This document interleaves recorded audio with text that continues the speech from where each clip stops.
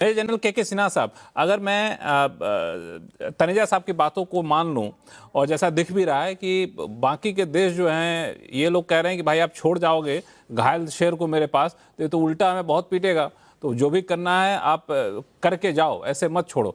लेकिन अगर यूएस बाहर निकल जाता है तो इस पूरे क्षेत्र पर जो एक कह सकते हैं कि डील थी यूएस की कि हम आप लोगों की रक्षा करेंगे, तुम चिंता मत करो, हमारा एयरबेस यहाँ पे यहाँ पे हम रक्षा करेंगे, और इस बहाने इन लोगों पर अमेरिका अपना धौंस जमाता था। लेकिन अब ऐसे हालात में अगर अमेरिका छोड़ के जाता है तो इन पूरे इलाके में ईरान सबसे पावरफुल हो जाएगा, अब इन पर ईरान की बादशाहत चलेगी।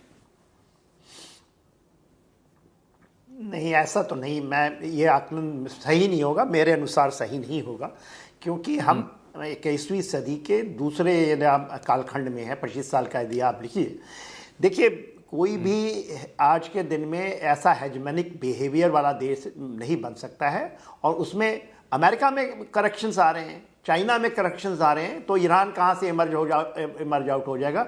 ना तो उसके पास इकॉनमी है आज के दिन में, तेल ही सब चीज़ नहीं है ना तो ऐसी कोई बड़ी आर्मी है, आईआरजीसी को हम कहते हैं, ठीक है, रेवोल्यूशनरी गार्ड है, कुछ ऐसा नहीं। देखिए कॉम्प्रिहेंसिव नेशनल पावर के लिए ईरान उभर के आएगा, ये आप लेके चलिए, और ऐसा है कि यहाँ से शांति ही आएगी। ईरान क्या, अब्राहम अकॉर्ड क्या था, ट्रंप साहब ही नहीं लाया था ना अब्राहम अकॉर्ड, वो इजराइल को लाए थे, यूएई से मिलाया था, सऊदी अरेबिया को कर रहे थे, चाइना भी ईरान और सऊदी अरेबिया को मिलाना चाह रहा था।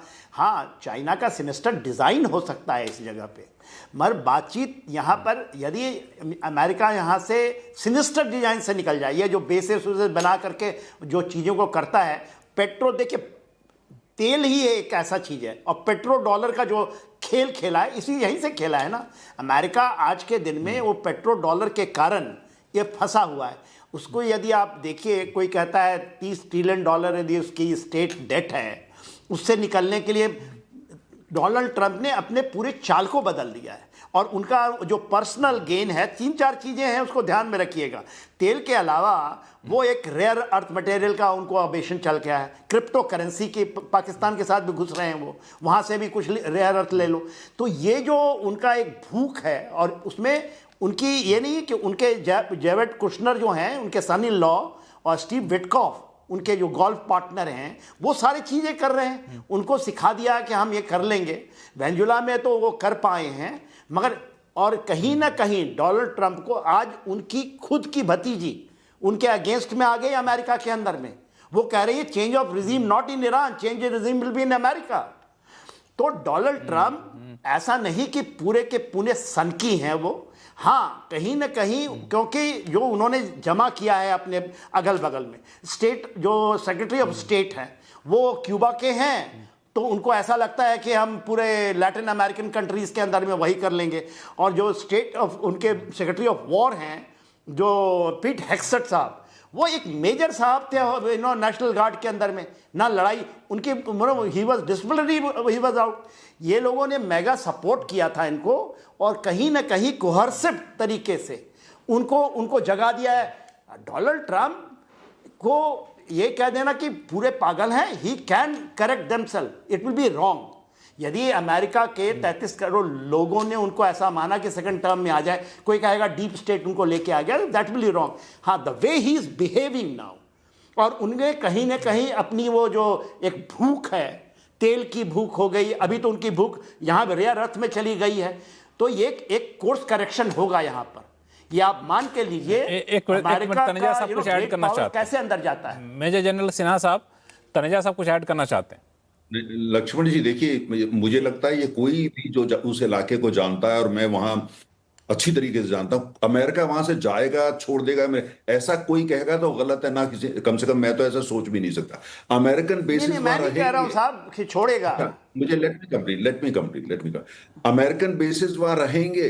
प्रश्न इस बात का है कि कतार में इतना बड़ा बेस होने के बावजूद जो उनकी इकोनॉमिक लाइफलाइन है, उनको अमेरिका नहीं बचा पाया। कुवैत जो है वो कहता है भाई हम तो आप पे भरोसा कर रहे थे, we feel defenceless. United Arab Emirates के सामने ये प्रश्न है, वो अमेरिकन बेसिस वहां रहेंगे नहीं बल्कि बढ़ेंगे।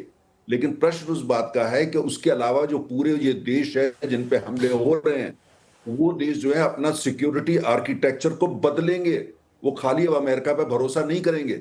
और दूसरी तरफ ईरान जो है, ऐसा नहीं कि उस इलाके का ओवरनाइट हेजीमोन हो जाएगा, लेकिन ईरान में वो सब कुछ है जो एक अच्छी, एक जिसको बोलते हैं मिडिल पावर बनने के लिए उनके पास जो है पॉपुलेशन है, उनके पास साइज है, और उनके पास एनर्जी की रिसोर्स है। मनी मोबिलाइज करने में 2 साल लगेंगे, उनका जो पोटेंशियल, सिर्फ 2 साल।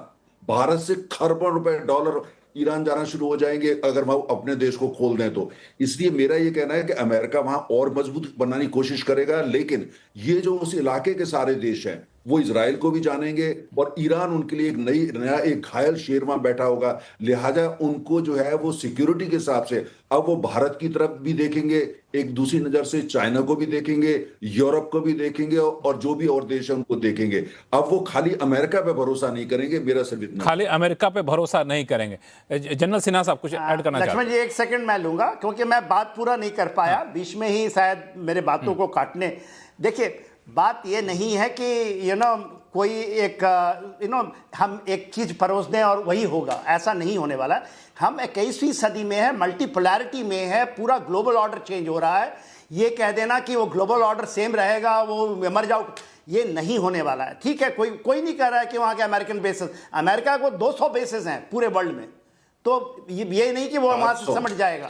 बट बात ये है कि अमेरिका के ऊपर आज आपको पता है, नहीं बोलने हम नहीं, देखिए मैं आपसे डिबेट नहीं करने आया हूं, मैं अपनी पॉइंट आपने रख दिया, मैं भी अपनी पॉइंट रख रहा हूं। साहब रखने दीजिए ना, कोई ऐसा नहीं है तू मैं है ही नहीं। मैं भी गलत हो सकता हूं, आप भी गलत हो सकते हैं, ये आकलन है, ये आकलन तो करने दीजिए, क्योंकि आपके लोग जो सुन रहे हैं उनको पूरी तरह से समझना चाहिए। ये ऐसा नहीं है कि अपनी बात पूरी करिए। हम लोग भी यहाँ मैं इस जगह में नौकरी की है, मैंने यूएन में रहा हूं, मैं यहाँ रहा हूं, इन जगहों में जानता हूं। और ये जो कहना कि नहीं वो यहाँ पर एम्फीबियस ऑपरेशन कर देंगे, एयरबॉर्न ऑपरेशन, जो लंग नहीं जानते वही कहेंगे कि ऐसी चीजें हो जाएंगी। और देखिए बात यह है कि देश लेकर आता है ना किसको, अपनी सिक्योरिटी को देता है। अभी सऊदी अरेबिया पाकिस्तान के पास जा रहा है, म्यूचुअल डिफेंस पैक्ट कर रहा है। यूएई भारत के साथ 2 दिन पहले हमारे चीफ वहां थे, इसके पहले जो हुआ है वो हमारे साथ मिलना चाहता है। बात यह है कि पूरा विश्व बदल रहा है, इमर्जिंग वर्ल्ड ऑर्डर है, उसका एक पड़ाव है ये। इसको आप मत बोलिए कि it is the end of the world, it is not going to be the world. यहां से शिफ्ट करना है ये इंडो पैसिफिक में, और यहां से शिफ्ट करके ये जाना है आर्टिक रीजन में। अभी लंबी दूरी की लड़ाइयां हैं, ये कहीं नहीं कि यहीं खत्म हो गया, अमेरिका चला गया अपने घर और सब चीज शांति हो गई। ये अभी शिफ्ट करना है, जिस पर आप दोनों लोग सहमत हैं। मैं जनरल के सिन्हा साहब और तनेजा साहब दोनों लोग एक चीज पर तो सहमत है कि इस वॉर के बाद भी अमेरिका चला जाए, रह भी जाए, तो ये वर्ल्ड ऑर्डर यहाँ पे चेंज होगा, शिफ्ट होगा, और उस पूरे रीजन में भी ये सिक्योरिटी पैक्ट जो है उसमें एक बदलाव आएगा।